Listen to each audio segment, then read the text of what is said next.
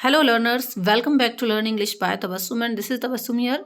आज की वीडियो में हम डिस्कस करने वाले हैं सीबीएसई क्लास 11th इंग्लिश का जो हमारा लेसन है जिसका नाम है the portrait of a lady, उसकी समरी को। सिंपल सी समरी में इसको डिस्कस करेंगे, आपको स्टोरी भी पता चल जाएगी और आप इसके सिंप्लीफाइड नोट्स भी बना सकते हैं। So let's get started. Channel पर न्यू है तो सब्सक्राइब कर लें, बेल आइकॉन को प्रेस कर लें ताकि आपके पास इसी तरीके की यूजफुल वीडियोस पहुंचती रहे।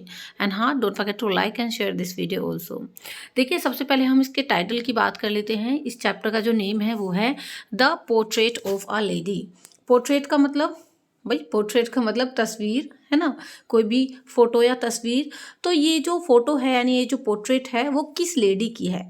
सो बेसिकली ये जो लेडी हैं ये हैं हमारे ऑथर की ग्रैंड मदर, जिनके बारे में इस चैप्टर में वो हमें बता रहे हैं। सो लेट्स सी क्या बता रहे हैं हमें ऑथर अपनी ग्रैंड मदर के बारे में। सो आपका चैप्टर शुरू होता है यहाँ से। The author's grand mother was an old lady. तो बेसिकली यहाँ पर उनका इंट्रोडक्शन दिया गया है, उनकी फिजिकल अपीयरेंस को बताया गया है कि वो दिखने में कैसी थी, उनकी एज क्या थी, उसके बारे में ही बता रहे हैं। देखिए, हर face was full of wrinkles, क्योंकि ओल्ड एज में नॉर्मली लोगों के फेस पर रिंकल्स आ ही जाते हैं। सो यहाँ पर ऑथर हमें बता रहे हैं कि जो उनकी ग्रैंड मदर थी उनका जो फेस था वो रिंकल्स से भरा हुआ था, झुर्रियाँ पड़ रही थी उनके फेस पर। She hobbled about the house with one hand on her waist and the other twirling the beads of her rosary. Her lips always moved in silent prayers. तो जो ऑथर की ग्रैंड मदर थी उनका face wrinkle से भरा हुआ था। वो हमेशा थोड़ी सी लड़खड़ा कर चलती थी, वाइट कपड़े पहने रहती थी और घर में एक जब वो घूमती थी ना तो एक हाथ उनकी कमर पर रहता था और दूसरा जो उनके हाथ में माला थी वो उसको जपती रहती थी।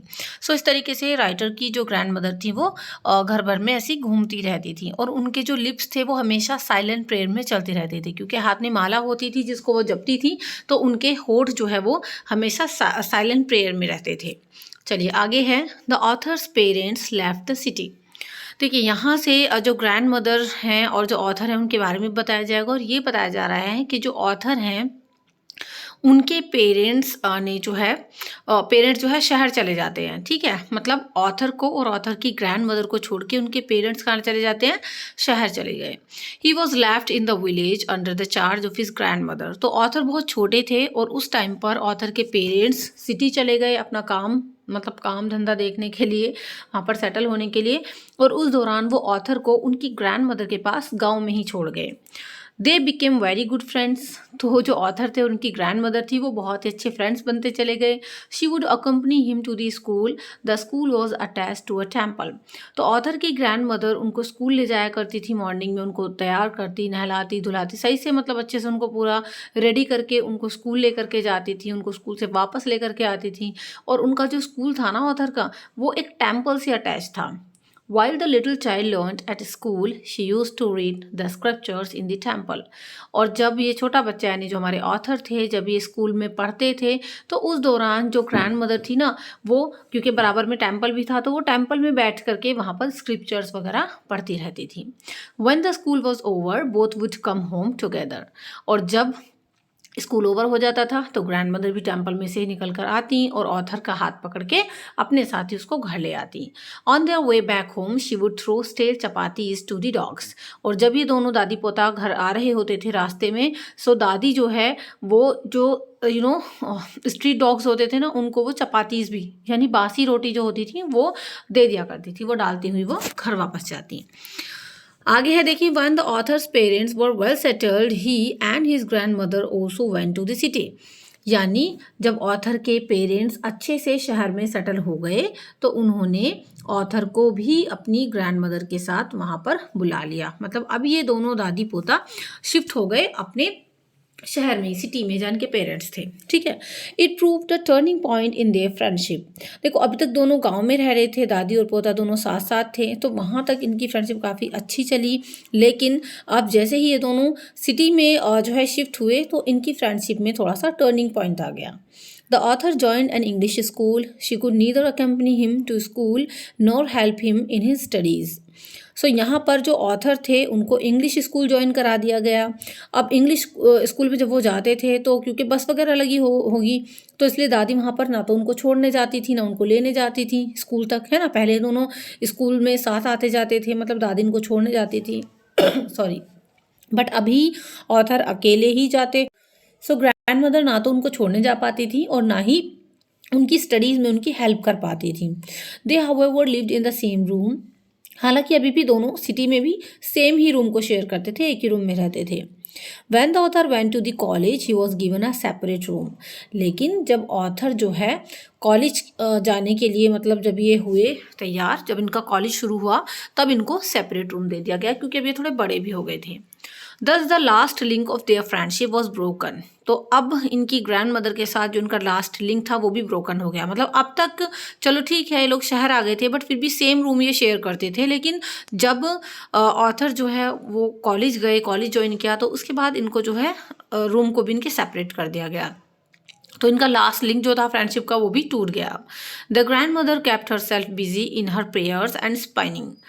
तो जो ग्रैंड मदर थी, अब क्योंकि वो क्या करती हैं शहर में आके, तो वो खुद को बिजी रखने लगी। वो क्या करती, वो प्रेयर्स किया करती, इसके अलावा वो चरखा काटने लगती थी, स्पिनिंग करती थी। In the afternoon she would stop spinning and feed the sparrows. और दोपहर के टाइम में वो स्पिनिंग करना छोड़ देती थी, मतलब रुक जाती थी, और फिर जो स्पैरोज होती थी, चिड़िया होती थी ना, उनको फीड कराती थी। तो बहुत सारी जो चिड़िया थी, यानी hundreds of sparrows would together all around her and chirp. बहुत सारी स्पैरोज जो है इकट्ठा हो जाया करती थी और चिर्प करती थी, चहचहाती थी उनके आंगन में। चलिए आगे है आपका, the author went abroad for higher studies. तो देखो यहाँ कॉलेज फिनिश हुआ ऑथर का, उसके बाद ऑथर जो है अब्रोड चले गए हायर स्टडीज़ के लिए। ही केम बैक आफ्टर 5 years। वहाँ से ये 5 साल बाद वापस आए। He found his grandmother unchanged. However, in the evening, a change came over her. She collected women of the neighborhood and sang to celebrate the return of her grandson. So जब author वापस आए थे ना, तो उनको लगा अरे मैं तो जैसी दादी को छोड़कर गया था वैसे ही ये मिल गई, मतलब ऐसी की ऐसी लगी उनको वो। 5 साल बाद जब ये वापस आए तो उन्हें कोई चेंज नहीं दिखा ग्रैंड मदर के अंदर, लेकिन थोड़ा सा जो चेंज था वो उस दिन आया जब ये वापस आए थे। शाम के टाइम में क्या किया, ग्रैंड मदर ने पास पड़ोस की मतलब वुमेन को इकट्ठा किया ताकि वो सेलिब्रेट कर सकें अपने ग्रैंडसन के आने का। उनको सेलिब्रेट करना था, उनको गाना गाना था, मतलब उनको अच्छे से ढोल वगैरह बजाने थे घर में, क्योंकि उनके ग्रैंडसन वापस आए थे।